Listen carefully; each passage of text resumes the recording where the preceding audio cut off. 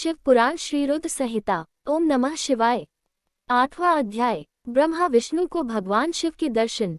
ब्रह्मा जी बोले, मुनिश्रेष्ठ नारद, हम दोनों देवता घमंड को भूलकर निरंतर भगवान शिव का स्मरण करने लगे। हमारे मन में ज्योतिर्लिंग के रूप में प्रकट परमेश्वर के वास्तविक रूप का दर्शन करने की इच्छा और प्रबल हो गई। शिव शंकर गरीबों के प्रतिपालक, अहंकारियों के गर्व को चूर करने वाले तथा सबके अविनाशी प्रभु हैं। वे हम पर दया करते हुए हमारी उपासना से प्रसन्न हो गए। उस समय वहां उन सुरश्रेष्ठ से ओम नाद स्पष्ट रूप से सुनाई देता था। उस नाद के विषय में मैं और विष्णु जी दोनों यही सोच रहे थे कि यह कहाँ से सुनाई पड़ रहा है। उन्होंने लिंग के दक्षिण भाग में सनातन आदिवर्ण आकार का दर्शन किया, उत्तर भाग में उकार का, मध्य भाग में मकार का और अंत में ओम नाद का साक्षात दर्शन एवं अनुभव किया। दक्षिण भाग में प्रकट हुए आकार का सूर्य मंडल के समान तेजोमय रूप देखकर जब उन्होंने उत्तर भाग में देखा तो वह अग्नि के समान दीप्तिशाली दिखाई दिया। तत्पश्चात ओम को देखा, जो सूर्य और चंद्रमंडल की भांति स्थित थे और जिनके शुरू एवं अंत का कुछ पता नहीं था, तथा सत्य आनंद और अमृत स्वरूप परब्रह्म परायण ही दृष्टिगोचर हो रहा था। परंतु यह कहाँ से प्रकट हुआ है? इस अग्नि स्तंभ की उत्पत्ति कहाँ से हुई है? यह श्रीहरि सोचने लगे तथा इसकी परीक्षा लेने के संबंध में विचार करने लगे। तब श्रीहरि ने भगवान शिव का चिंतन करते हुए वेद और शब्द के आवेश से युक्त हो अनुपम अग्नि स्तंभ के नीचे जाने का निर्णय लिया। मैं और विष्णु जी विश्वात्मा शिव का चिंतन कर रहे थे, तभी वहां एक ऋषि प्रकट हुए। उन्हीं ऋषि के द्वारा परमेश्वर विष्णु ने जाना कि इस शब्द ब्रह्म में शरीर वाले परम लिंग के रूप में साक्षात परब्रह्म स्वरूप महादेव जी प्रकट हुए हैं। ये चिंतारहित रुद्र हैं। परब्रह्म परमात्मा शिव का वाचक प्रणव ही है। वो एक सत्य परम कारण, आनंद, अकृत, परात्पर और परम ब्रह्म है। प्रणव के पहले अक्षर अकार से जगत के बीजभूत अर्थात ब्रह्मा जी का बोध होता है। दूसरे अक्षर उकार से सभी के कारण श्रीहरि विष्णु का बोध होता है। तीसरा अक्षर मकार से भगवान शिव का ज्ञान होता है। अकार सृष्टिकर्ता, उकार मोह में डालने वाला और मकार नित्य अनुग्रह करने वाला है। मकार अर्थात भगवान शिव बीजी अर्थात बीज के स्वामी हैं, तो अकार अर्थात ब्रह्मा जी बीज हैं। उकार अर्थात विष्णु जी योनि हैं। महेश्वर बीजी बीज और योनि हैं। इन सभी को नाद कहा गया है। बीजी अपने बीज को अनेक रूपों में विभक्त करते हैं। बीजी भगवान शिव के लिंग से उकार रूप योनि में स्थापित होकर चारों तरफ ऊपर की ओर बढ़ने लगा। वह दिव्य अंड कई वर्षों तक जल में रहा। हजारों वर्ष के बाद भगवान शिव ने इस अंड को दो भागों में विभक्त कर दिया। तब इसके दो भागों में से पहला सुवर्ण कपाल ऊपर की ओर स्थित हो गया, जिससे स्वर्गलोक उत्पन्न हुआ तथा कपाल के नीचे के भाग से 5 तत्वों वाली पृथ्वी प्रकट हुई। उस अंड से चतुर्मुख ब्रह्मा उत्पन्न हुए, जो समस्त लोकों की सृष्टा हैं। भगवान महेश्वर ही अ उ व म त्रिविध रूपों में वर्णित हैं। इसलिए ज्योतिर्लिंग स्वरूप सदाशिव को ओम कहा गया है। इसकी सिद्धि यजुर्वेद में भी होती है। देवेश्वर शिव को जानकर विष्णु जी ने शक्ति संभूत मंत्रों द्वारा उत्तम एवं महान अभ्युदय से शोभित भगवान शिव की स्तुति करनी शुरू कर दी। इसी समय मैंने और विश्वपालक भगवान विष्णु ने एक अद्भुत व सुंदर रूप देखा, जिसके 5 मुख, 10 भुजा, कपूर के समान गौरवर्ण, परम कांति में, अनेक आभूषणों से विभूषित, महान उदार, महावीर्यवान और महापुरुषों के लक्षणों से युक्त था, और जिसके दर्शन पाकर मैं और विष्णु जी धन्य हो गए। तब परमेश्वर महादेव भगवान प्रसन्न होकर अपने दिव्यमय रूप में स्थित हो गए। अकार उनका मस्तक और आकार ललाट है। इकार दाहिना और ईकार बायां नेत्र है। उकार दाहिना और ऊकार बायां कान है। ऋकार दायां और ऋकार बायां गाल है। ल रली उनकी नाक के छिद्र हैं। एकार और ऐकार उनके दोनों होंठ हैं। ओकार और वकार उनकी दोनों दंत पत्तियां हैं। और अ देवाधिदेव शिव के तालु हैं। त आदि 5 अक्षर उनके दाहिने 5 हाथ हैं और च आदि बाएं 5 हाथ हैं। त और ट से शुरू 5 अक्षर उनके पैर हैं। पकार पेट है, फकार दाहिना और बकार बायां पार्श्व भाग है। भकार कंधा, मकार हृदय है। हकार नाभि है। यक से स तक के 7 अक्षर 7 धातुएं हैं, जिनसे भगवान शिव का शरीर बना है। इस प्रकार भगवान महादेव व भगवती उमा के दर्शन कर हम दोनों कृतार्थ हो गए। हमने उनके चरणों में प्रणाम किया, तब हमें 5 कलाओं से युक्त ओमकार जनित मंत्र का साक्षात्कार हुआ। तत्पश्चात महादेव जी ओम तत्वमसि महावाक्य दृष्टिगोचर हुआ, जो परम उत्तम मंत्र रूप है। इसके बाद धर्म और अर्थ का साधक बुद्धि स्वरूप 24 अक्षरीय गायत्री मंत्र प्रकट हुआ, जो पुरुषार्थ रूपी फल देने वाला है। तत्पश्चात मृत्युंजय मंत्र, फिर पंचाक्षर मंत्र तथा दक्षिणामूर्ति व चिंतामणि का साक्षात्कार हुआ। इन 5 मंत्रों को विष्णु भगवान ने ग्रहण कर जपना आरंभ किया। ईशो के मुकुटमणि ईशान है, जो पुरातत्व पुरुष है, हृदय को प्रिय लगने वाले, जिनके चरण सुंदर हैं, जो सांप को आभूषण के रूप में धारण करते हैं, जिनके पैर व नेत्र सभी ओर हैं, जो मुझ ब्रह्मा के अधिपति, कल्याणकारी तथा सृष्टिपालन एवं संहार करने वाले हैं। उन वरदायक शिव की मेरे साथ भगवान विष्णु ने प्रिय वचनों द्वारा संतुष्ट चित्त से स्तुति की। 9वां अध्याय, देवी उमा एवं भगवान शिव का प्राकट्य एवं उपदेश देना। ब्रह्मा जी बोले, नारद, भगवान विष्णु द्वारा की गई अपनी स्तुति सुनकर कल्याणमय शिव बहुत प्रसन्न हुए और देवी उमा सहित वहां प्रकट हो गए। भगवान शिव के 5 मुख थे और हर मुख में 3-3 नेत्र थे। मस्तक में चंद्रमा, सिर पर जटा तथा संपूर्ण अंगों में विभूति लगा रखी थी। 10 भुजा वाले गले में नीलकंठ, आभूषणों से विभूषित और माथे पर भस्म का त्रिपुंड लगाए थे। उनका यह रूप मन को मोहित करने वाला और परम आनंदमय था। महादेव जी के साथ भगवती उमा ने भी हमें दर्शन दिए। उनको देखकर मैंने और विष्णु जी पुनः उनकी स्तुति करनी शुरू कर दी। तब पापों का नाश करने वाले तथा अपने भक्तों पर सदा कृपा दृष्टि रखने वाले महेश्वर ने मुझे और भगवान विष्णु को श्वास से वेद का उपदेश दिया। तत्पश्चात उन्होंने हमें गुप्त ज्ञान प्रदान किया। वेद का ज्ञान प्राप्त कर कृतार्थ हुए विष्णु जी और मैंने भगवान शिव और देवी के सामने अपने दोनों हाथ जोड़कर नमस्कार किया तथा प्रार्थना की। विष्णु जी ने पूछा, हे देव, आप किस प्रकार प्रसन्न होते हैं तथा किस प्रकार आपकी पूजा और ध्यान करना चाहिए? कृपया कर हमें इसके बारे में बताएं तथा सदुपदेश देकर धन्य करें। ब्रह्मा जी कहते हैं, नारद, इस प्रकार श्रीहरि की यह बात सुनकर अत्यंत प्रसन्न हुए कृपानिधान शिव ने प्रीतिपूर्वक यह बात की। श्री शिव बोले, मैं तुम दोनों की भक्ति से बहुत प्रसन्न हूँ। मेरे इसी रूप का पूजन व चिंतन करना चाहिए। तुम दोनों महाबली हो, मेरे दाएं बाएं अंगों से तुम प्रकट हुए हो। लोकपिता ब्रह्मा मेरे दाहिने पार्श्व से और पालनहार विष्णु मेरे बाएं पार्श्व से प्रकट हुए हो। मैं तुम पर मैं भली भांति प्रसन्न हूँ और तुम्हें मनोवांछित फल देता हूँ। तुम दोनों की भक्ति सुदृढ़ हो। मेरी आज्ञा का पालन करते हुए ब्रह्मा जी आप जगत की रचना करें तथा भक्त विष्णु जी आप इस जगत का पालन करें। भगवान विष्णु बोले, प्रभो, यदि आपके हृदय में हमारी भक्ति से प्रीति उत्पन्न हुई है और आप हम पर प्रसन्न होकर हमें वर देना चाहते हैं, तो हम यही वर मांगते हैं कि हमारे हृदय में सदैव आपकी अनन्य एवं अविचल भक्ति बनी रहे। ब्रह्मा जी बोले, नारद, विष्णु जी की यह बात सुनकर भगवान शंकर प्रसन्न हुए। तब हमने दोनों हाथ जोड़कर उन्हें प्रणाम किया। शिव जी कहते हैं, मैं सृष्टि, पालन और संहार का करता हूँ। मेरा स्वरूप सगुण और निर्गुण है। मैं ही सच्चिदानंद निर्विकार परमब्रह्म और परमात्मा हूँ। सृष्टि की रचना, रक्षा और प्रलय रूप गुणों के कारण मैं ही ब्रह्मा, विष्णु और रुद्र नाम धारण कर 3 रूपों में विभक्त हुआ हूँ।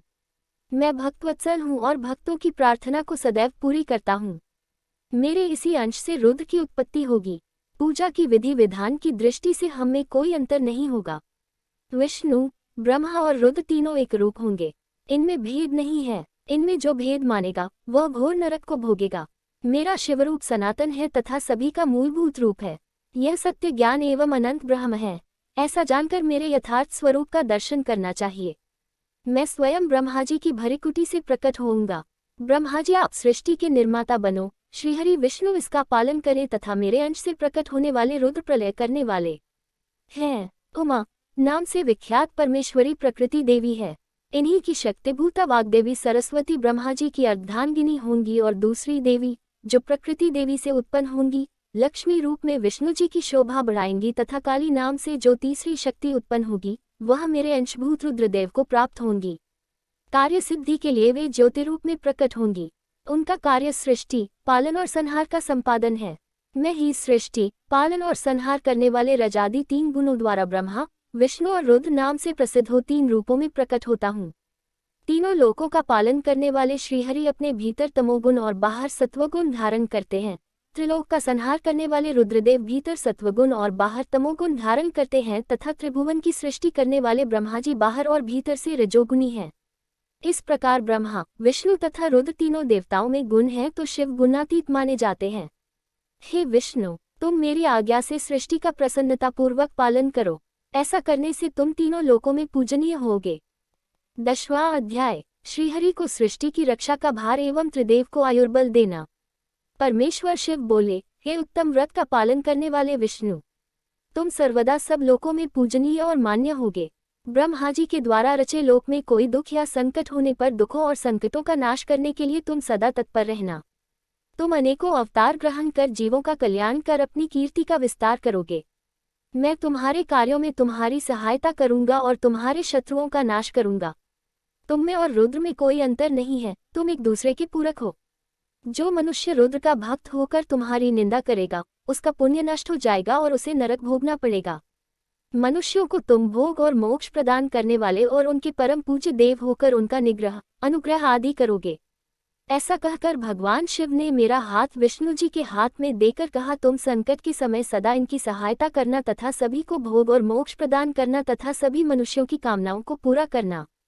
तुम्हारी शरण में आने वाले मनुष्य को मेरा आश्रय भी मिलेगा तथा हमें भेद करने वाला मनुष्य नरक में जाएगा।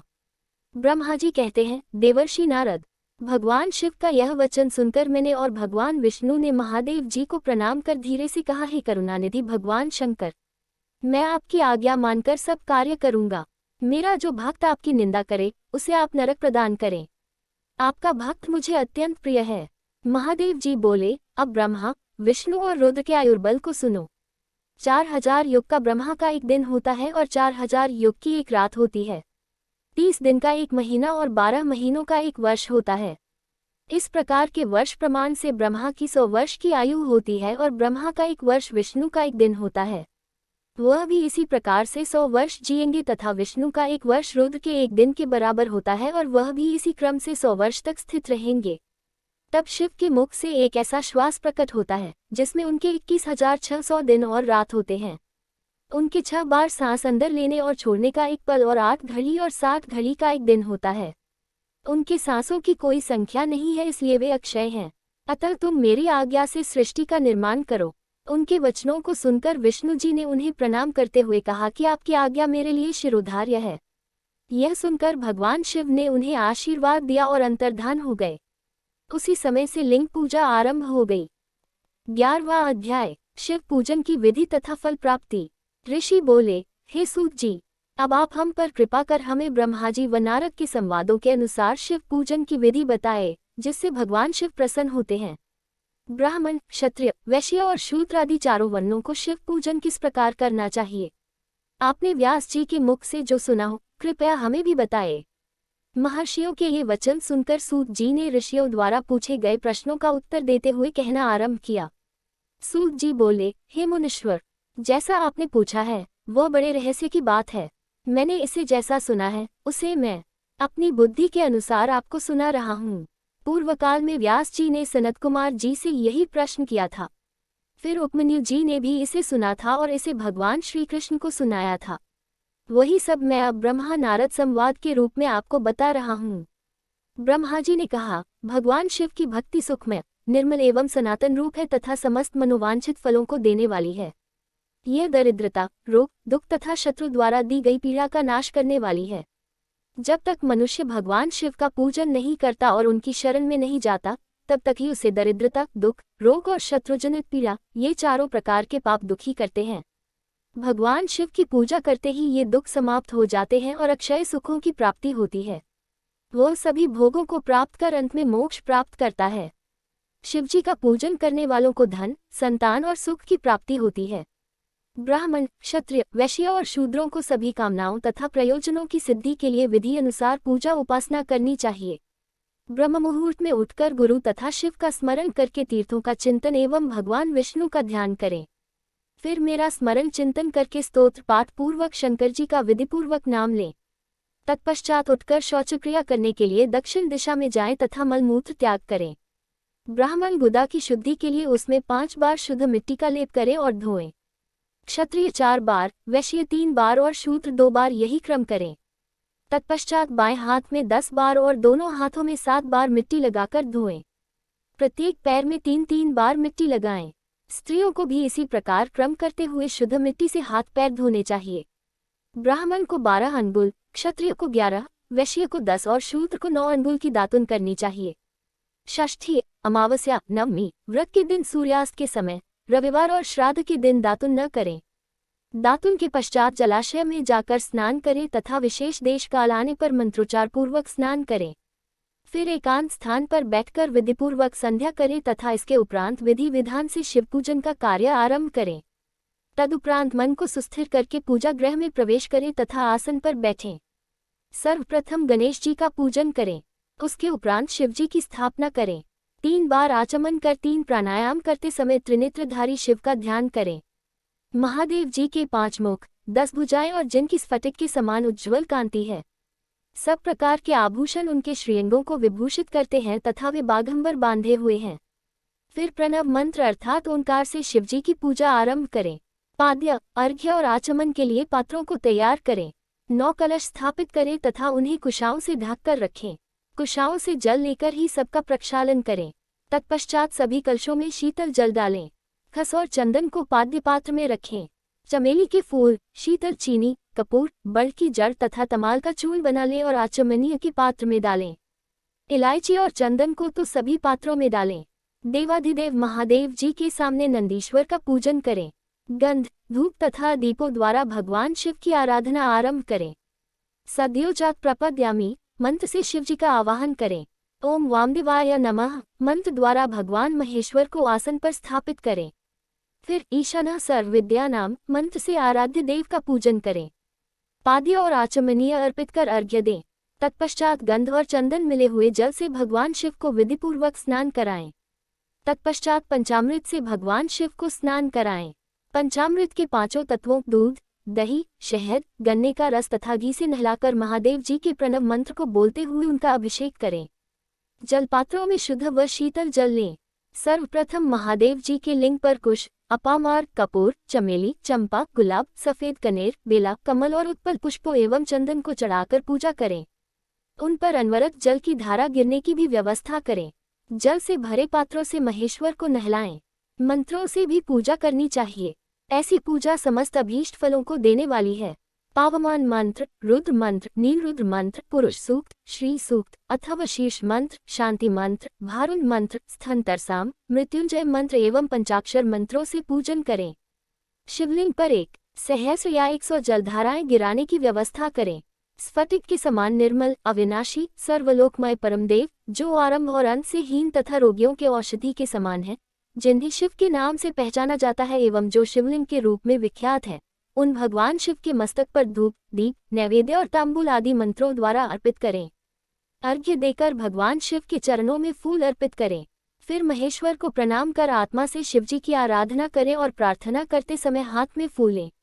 भगवान शिव से क्षमायाचना हुए कहें, हे कल्याणकारी शिव, मैंने अनजाने में अथवा जानबूझकर जो जब तक पूजा आदि सत्कर्म किए हों, आपकी कृपा से वे सफल हों।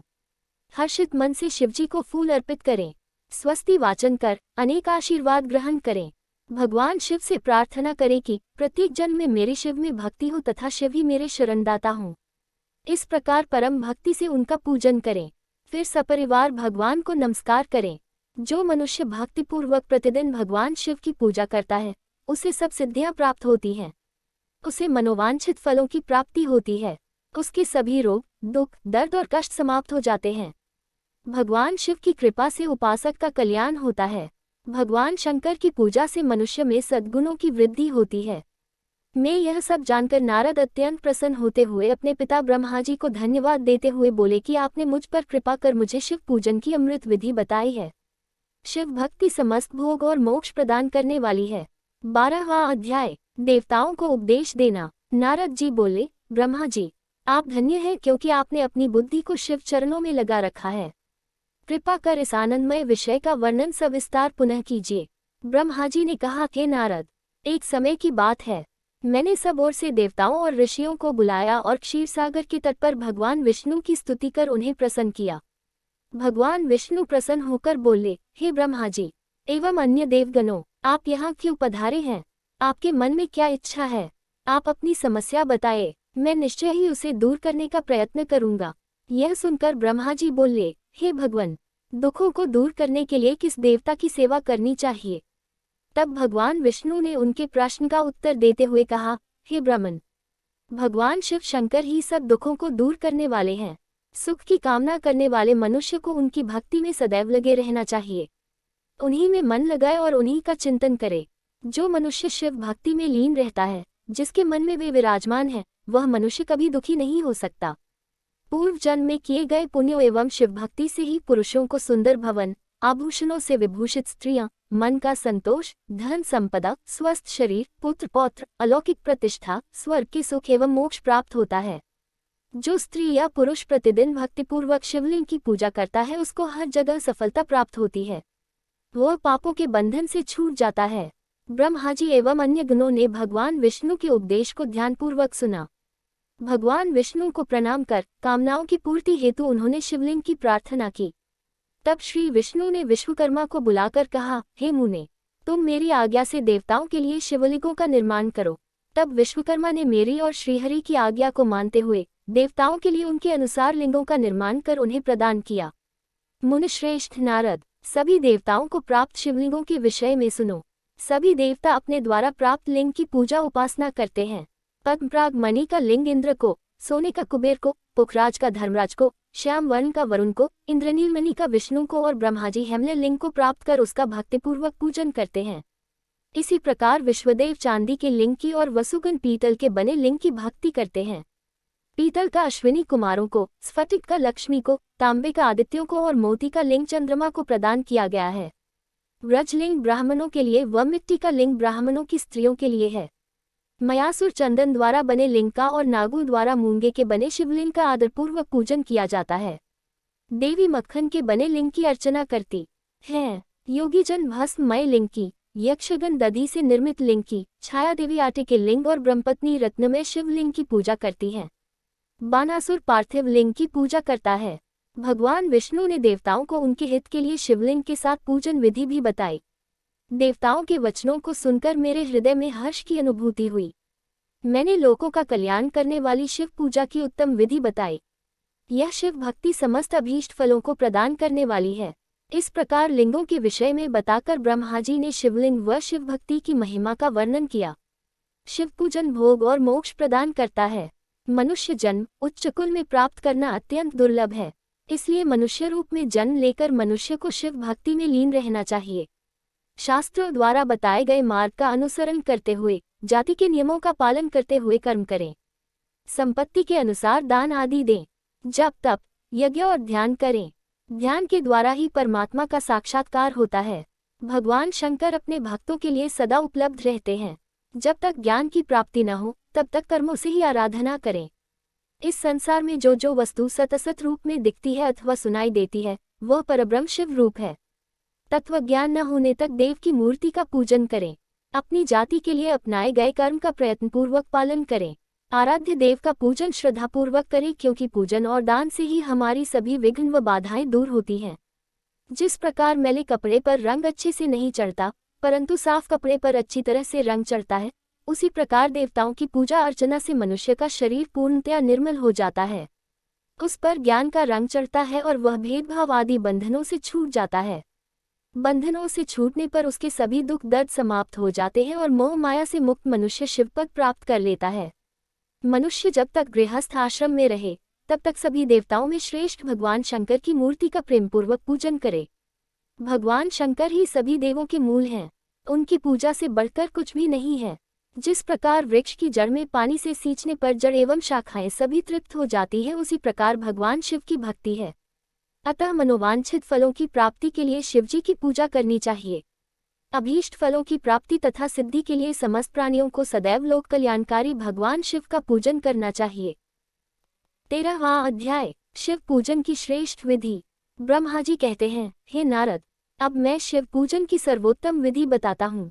यह विधि समस्त अभीष्ट तथा सुखों को प्रदान करने वाली है। उपासक ब्रह्ममुहूर्त में उठकर जगदम्बा पार्वती और भगवान शिव का स्मरण करे। दोनों हाथ जोड़कर उनके सामने सिर झुकाकर भक्तिपूर्वक प्रार्थना करे, हे देवेश उठिए, हे त्रिलोकीनाथ उठिए, मेरे हृदय में निवास करने वाले देव उठिए और पूरे ब्रह्मांड का मंगल करिए, हे प्रभु। मैं धर्म अधर्म को नहीं जानता हूँ, आपकी प्रेरणा से ही मैं कार्य करता हूँ। फिर गुरु चरणों का ध्यान करते हुए कमरे से निकलकर शौच आदि से निवृत्त हों। मिट्टी और जल से देह को शुद्ध करें। दोनों हाथों और पैरों को धोकर दातुन करें तथा 16 बार जल की अंजलियों से मुंह को धोएं। ये कार्य सूर्योदय से पूर्व ही करें। हे देवताओं और ऋषियों, षष्ठी, प्रतिपदा, अमावस्या, नवमी और रविवार के दिन दातुन न करें।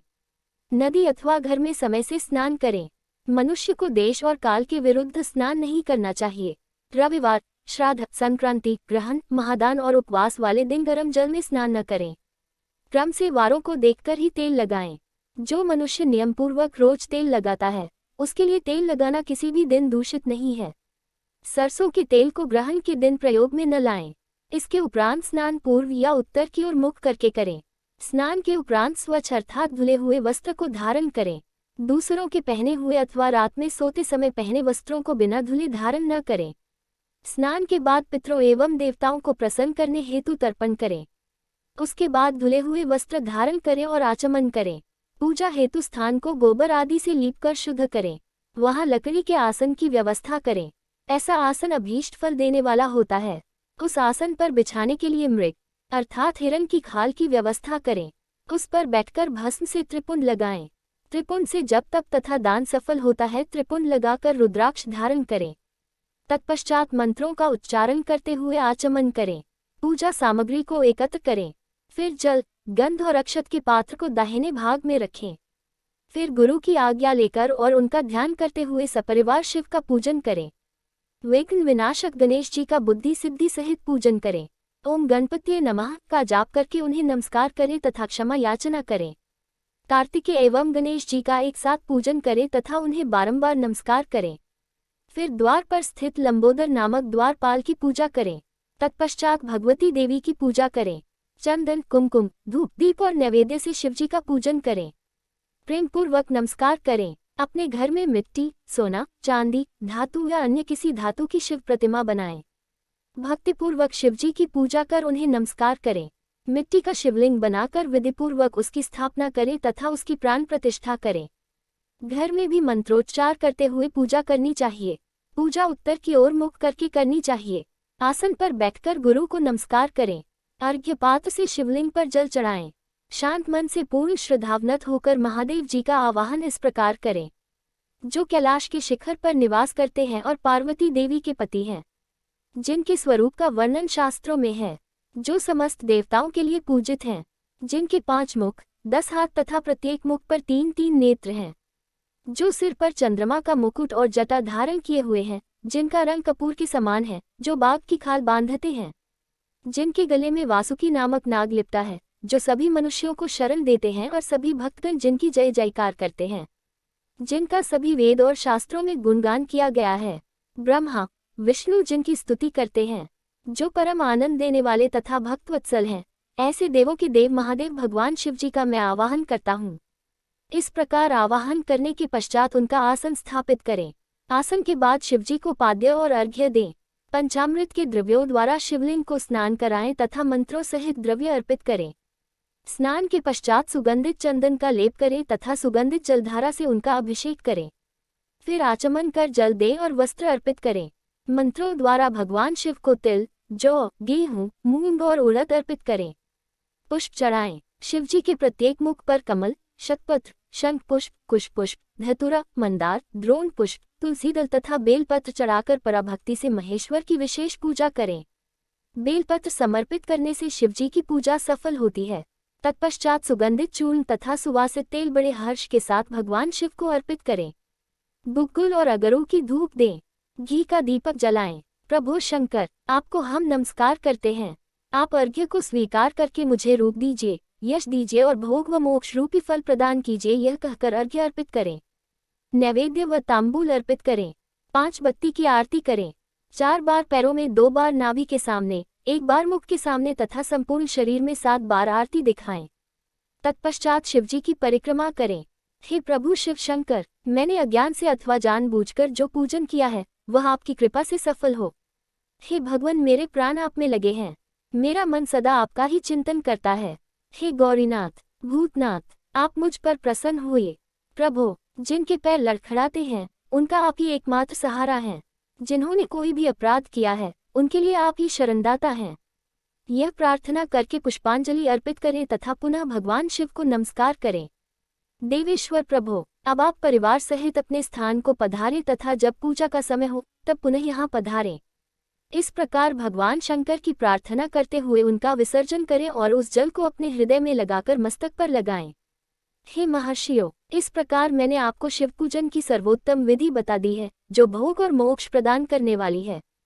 ऋषिगण बोले, हे ब्रह्मा जी, आप सर्वश्रेष्ठ हैं। आपने हम पर कृपा कर शिव पूजन की सर्वोत्तम विधि का वर्णन हमसे किया, जिसे सुनकर हम सब कृतार्थ हो गए। 14वां अध्याय, पुष्पों द्वारा शिव पूजा का महात्म्य। ऋषियों ने पूछा, हे महाभाग, अब आप यह बताएं कि भगवान शिव जी की किन किन फूलों से पूजा करनी चाहिए। विभिन्न फूलों से पूजा करने पर क्या क्या फल प्राप्त होते हैं। सूत जी बोले, हे ऋषियों, यही प्रश्न नारद जी ने ब्रह्मा जी से किया था। ब्रह्मा जी ने उन्हें पुष्पों द्वारा शिव जी की पूजा के महात्म्य को बताया। ब्रह्मा जी ने कहा, नारद, लक्ष्मी अर्थात धन की कामना करने वाले मनुष्य को कमल के फूल, बेलपत्र, शतपत्र और शंख पुष्प से भगवान शिव का पूजन करना चाहिए। 1,00,000 पुष्पों द्वारा भगवान शिव की पूजा होने पर सभी पापों का नाश हो जाता है और लक्ष्मी की प्राप्ति होती है। 1,00,000 फूलों से शिवजी की पूजा करने से मनुष्य को संपूर्ण अभीष्ट फलों से की प्राप्ति होती है। जिसके मन में कोई कामना न हो, वह उपासक इस पूजन से शिव स्वरूप हो जाता है। मृत्युंजय मंत्र के 5,00,000 जाप पूरे होने पर महादेव के स्वरूप के दर्शन हो जाते हैं। 1,00,000 जाप से शरीर की शुद्धि होती है। दूसरे लाख के जाप से पहले जन्म की बातें याद आ जाती हैं। तीसरे लाख जाप के पूर्ण होने पर इच्छा की गई सभी वस्तुओं की प्राप्ति हो जाती है। चौथे लाख जाप पूर्ण होने पर भगवान शिव सपनों में दर्शन देते हैं। 5वां लाख जाप पूरा होने पर वे प्रत्यक्ष दर्शन देते हैं। मृत्युंजय मंत्र के 10 लाख जाप करने से संपूर्ण फलों की सिद्धि होती है। मोक्ष की कामना करने वाले मनुष्य को 1,00,000 दर्भों दूर्वा से शिव पूजन करना चाहिए। आयु वृद्धि की इच्छा करने वाले मनुष्य को 1,00,000 दूर्वाओं द्वारा पूजन करना चाहिए। पुत्र प्राप्ति की इच्छा रखने वाले मनुष्य को 1,00,000 धतूरे के फूलों से पूजा करनी चाहिए। पूजन में लाल डंठल वाले धतूरे को शुभदायक माना जाता है। यश प्राप्ति के लिए 1,00,000 अगस्त्य के फूलों से पूजा करनी चाहिए। तुलसी दल द्वारा शिवजी की पूजा करने से भोग और मोक्ष की प्राप्ति होती है। अड़हुल जवा कुसुम के 1,00,000 फूलों से पूजा करने पर शत्रुओं की मृत्यु होती है। 1,00,000 करवीर के फूलों से शिव पूजन करने पर समस्त रोगों का नाश हो जाता है।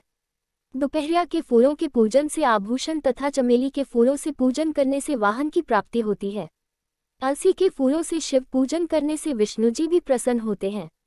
बेलों के फूलों से अर्घ्य देने पर अच्छे जीवन साथी की प्राप्ति होती है। जूही के फूलों से पूजन करने पर घर में धन संपदा का वास होता है तथा अन्न के भंडार भर जाते हैं। कनेर के फूलों से पूजा करने पर वस्त्रों की प्राप्ति होती है। सेदुआरी और शेफालिका के फूलों से पूजन करने पर मन निर्मल हो जाता है। हार श्रृंगार के फूलों से पूजन करने पर सुख संपत्ति की वृद्धि होती है। राई के 1,00,000 फूलों से पूजन करने पर शत्रु मृत्यु को प्राप्त होते हैं। चंपा और केवड़े के फूलों से शिव पूजन नहीं करना चाहिए। ये दोनों फूल महादेव के पूजन के लिए अयोग्य होते हैं। इसके अलावा सभी फूलों का पूजा में उपयोग किया जा सकता है। महादेवी जी पर चावल चढ़ाने से लक्ष्मी की प्राप्ति होती है। ये चावल अखंडित होने चाहिए। उन्हें विधिपूर्वक अर्पित करें। रुद्र प्रधान मंत्र से पूजन करते हुए शिवलिंग पर वस्त्र अर्पित करें। गंध, पुष्प और श्रीफल चढ़ाकर धूप दीप से पूजन करने से पूजा का पूरा फल प्राप्त होता है। उसी प्रांगण में 12 ब्राह्मणों को भोजन कराएं। इससे सांगोपांग पूजा संपन्न होती है। 1,00,000 तिलों से शिवजी का पूजन करने पर समस्त दुखों और क्लेश का नाश होता है। जौ के दाने चढ़ाने पर स्वर्गीय सुख की प्राप्ति होती है। गेहूं के बने भोजन से 1,00,000 बार शिव पूजन करने से संतान की प्राप्ति होती है। मूंग से पूजन करने पर उपासक को धर्म, अर्थ और काम भोग की प्राप्ति होती है तथा वह पूजा समस्त सुखों को देने वाली है।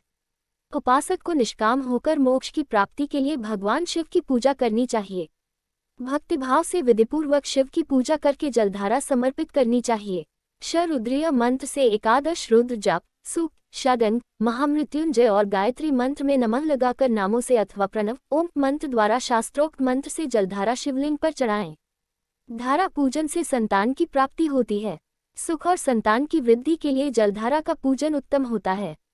उपासक को भस्म धारण प्रेम पूर्वक शुभ एवं दिव्य द्रवों द्वारा शिव पूजन कर उनके सहस्र नामों का जाप करते हुए शिवलिंग पर घी की धारा चढ़ानी चाहिए। इससे वंश का विस्तार होता है। 10,000 मंत्रों द्वारा इस प्रकार किया गया पूजन रोगों को समाप्त करता है तथा मनोवांछित फल की प्राप्ति होती है। नपुंसक पुरुष को शिवजी का पूजन घी से करना चाहिए। ब्राह्मणों को भोजन कराना चाहिए और प्राजापत्य का व्रत रखना चाहिए। बुद्धिहीन मनुष्य को दूध में शक्कर मिलाकर इसकी धारा शिवलिंग पर चढ़ानी चाहिए। इससे भगवान प्रसन्न होकर उत्तम बुद्धि प्रदान करते हैं। यदि मनुष्य का मन उदास रहता हो, जीव चट जाए, कहीं भी प्रेम न रहे, दुख बढ़ जाए तथा घर में सदैव लड़ाई रहती हो, तो मनुष्यों को शक्कर मिश्रित दूध 10,000 मंत्रों का जाप करते हुए शिवलिंग को अर्पित करना चाहिए। खुशबू वाला तेल चढ़ाने पर भोगों की वृद्धि होती है। यदि शिवजी पर शहद चढ़ाया जाए तो टी.बी. जैसा रोग भी समाप्त हो जाता है। शिवजी को गन्ने का रस चढ़ाने से आनंद की प्राप्ति होती है। गंगाजल को चढ़ाने से भोग और मोक्ष की प्राप्ति होती है। उपरोक्त वस्तुओं को अर्पित करते समय मृत्युंजय मंत्र के 10,000 जाप करने चाहिए और 11 ब्राह्मणों को भोजन कराना चाहिए। इस प्रकार शिवजी की विधि सहित पूजा करने से पुत्र पौत्रादि सहित सब सुखों को भोगकर अंत में शिवलोक की प्राप्ति होती है। 15वां अध्याय, सृष्टि का वर्णन। नारद जी ने पूछा, हे पितामह, आपने बहुत सी ज्ञान बढ़ाने वाली उत्तम बातों को सुनाया। कृपया इसके अलावा और भी जो आप सृष्टि एवं उससे संबंधित लोगों के बारे में जानते हैं, हमें बताने की कृपा करें। ब्रह्मा जी बोले, मुने, हमें आदेश देकर जब महादेव जी अंतर्धान हो गए तो मैं उनकी आज्ञा का पालन करते हुए ध्यानमग्न होकर अपने कर्तव्यों के विषय में सोचने लगा। उस समय भगवान श्रीहरि विष्णु से ज्ञान प्राप्त कर मैंने सृष्टि की रचना करने का निश्चय किया। भगवान विष्णु मुझे आवश्यक उपदेश देकर वहां से चले गए। भगवान शिव की कृपा से ब्रह्मांड से बाहर बैकुंठ धाम में जा पहुंचे और वहीं निवास करने लगे। सृष्टि की रचना करने के उद्देश्य से मैंने भगवान शिव और विष्णु का स्मरण करके जल को हाथ में लेकर ऊपर की ओर उछाला। इससे वहां एक अंड प्रकट हुआ जो 24 तत्वों का समूह कहा जाता है। वह विराट आकार वाला अंड जड़ रूप में था। उसे चेतनता प्रदान करने हेतु मैं कठोर तप करने लगा और 12 वर्षों तक तप करता रहा। तब श्रीहरि विष्णु स्वयं प्रकट हुए और प्रसन्नतापूर्वक बोले। श्री विष्णु ने कहा, ब्रह्मन, मैं तुम पर प्रसन्न हूँ, जो इच्छा हो वह वर मांग लो। भगवान शिव की कृपा से मैं सब कुछ देने में समर्थ हूँ। ब्रह्मा बोले, महाभाग, आपने मुझ पर बड़ी कृपा की है। भगवान शंकर ने मुझे आपके हाथों में सौंप दिया है। आपको मैं नमस्कार करता हूँ। कृपा कर इस विराट 24 तत्वों से बने अंड को चेतना प्रदान कीजिए। मेरे ऐसा कहने पर श्री विष्णु ने अनंत रूप धारण कर अंड में प्रवेश किया। उस समय उनके सहस्रों मस्तक, सहस्र आंखें और सहस्र पैर थे। उनके अंड में प्रवेश करते ही वह चेतन हो गया। पाताल से सत्यलोक तक अंड के रूप में वहां विष्णु भगवान विराजने लगे। अंड में विराजमान होने के कारण विष्णु जी वैराज पुरुष कहलाए। पंचमुख महादेव ने अपने निवास हेतु कैलाश नगर का निर्माण किया। देवर्षि संपूर्ण ब्रह्मांड का नाश होने पर भी बैकुंठ और कैलाश अमर रहेंगे, अर्थात इनका नाश नहीं हो सकता। महादेव की आज्ञा से ही मुझ में सृष्टि की रचना करने की इच्छा उत्पन्न हुई है। अनजाने में ही मुझसे तमोगुनी सृष्टि की उत्पत्ति हुई, जिसे अविद्या पंचक कहते हैं। उसके पश्चात भगवान शिव की आज्ञा से स्थावर संज्ञ वृक्ष, जिसे पहला सर्ग कहते हैं, का निर्माण हुआ, परंतु पुरुषार्थ का साधक नहीं था। अतः दूसरा सर्ग तिर्यक्त्रोतक प्रकट हुआ। यह दुख से भरा हुआ था।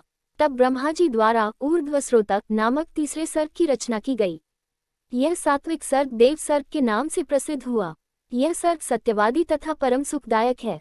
इसकी रचना के उपरांत मैंने पुनः शिव चिंतन आरंभ कर दिया। तब एक रजोगुनी सृष्टि का आरंभ हुआ जो अर्वाकस्रोतक नाम से विख्यात हुआ। इसके बाद मैंने 5 विकृत सृष्टि और 3 प्राकृत सर्गों को जन्म दिया। पहला महातत्व, दूसरा भूतों और तीसरा वैकारिक सर्ग है। इसके अलावा 5 विकृत सर्ग हैं। दोनों को मिलाकर कुल 8 सर्ग होते हैं। नवा कौमार सर्ग है, जिससे सनत सनंदन कुमारों की रचना हुई है। सनत आदि मेरे 4 मानस पुत्र हैं, जो ब्रह्मा के समान हैं। वे महान व्रत का पालन करने वाले हैं। वे संसार से विमुख एवं ज्ञानी हैं। उनका मन शिव चिंतन में लगा रहता है। मुनि नारद, मेरी आज्ञा पाकर भी उन्होंने सृष्टि के कार्य में मन नहीं लगाया। इससे मुझमें क्रोध प्रवेश कर गया। तब भगवान विष्णु ने मुझे समझाया और भगवान शिव की तपस्या करने के लिए कहा। मेरी घोर तपस्या से मेरी भौहों और नाक के मध्य भाग से महेश्वर की 3 मूर्तियां प्रकट हुईं, जो पूर्णांश सर्वेश्वर एवं दयासागर थीं, और भगवान शिव का अर्धनारीश्वर रूप प्रकट हुआ। जन्म मरण से रहित परम तेजस्वी सर्वज्ञ नीलकंठ साक्षात उमावल्लभ भगवान महादेव के साक्षात दर्शन कर मैं धन्य हो गया। मैंने भक्तिभाव से उन्हें प्रणाम किया और उन्हें प्रसन्न करने के लिए उनकी स्तुति करने लगा। तब मैंने उनसे जीवों की रचना करने की प्रार्थना की। मेरी प्रार्थना स्वीकारते हुए देवादिदेव भगवान शिव ने रुद्र गणों की रचना की। तब मैंने उनसे पुनः कहा, देवेश्वर शिव शंकर, अब आप संसार की मोह माया में लिप्त ऐसे जीवों की रचना करें जो मृत्यु और जन्म के बंधन में बंधे हों। यह सुनकर महादेव जी हंसते हुए कहने लगे। शिवजी ने कहा, हे ब्रह्मा, मैं जन्म और मृत्यु के भय में लिप्त जीवों की रचना नहीं करूंगा, क्योंकि वे जीव संसार रूपी बंधन में बंधे होने के कारण दुखों से युक्त होंगे। मैं सिर्फ से उनका उद्धार करूंगा, उन्हें परम ज्ञान प्रदान कर उनके ज्ञान का विकास करूंगा। हे प्रजापते, इन जीवों की रचना आप करें। मोह माया के बंधनों में बंधे इस प्रकार के जीवों की सृष्टि करने पर भी आप इस माया में नहीं बंधेंगे। मुझसे इस प्रकार कहकर महादेव शिव शंकर अपने पार्षदों के साथ वहां से अंतर्धान हो गए।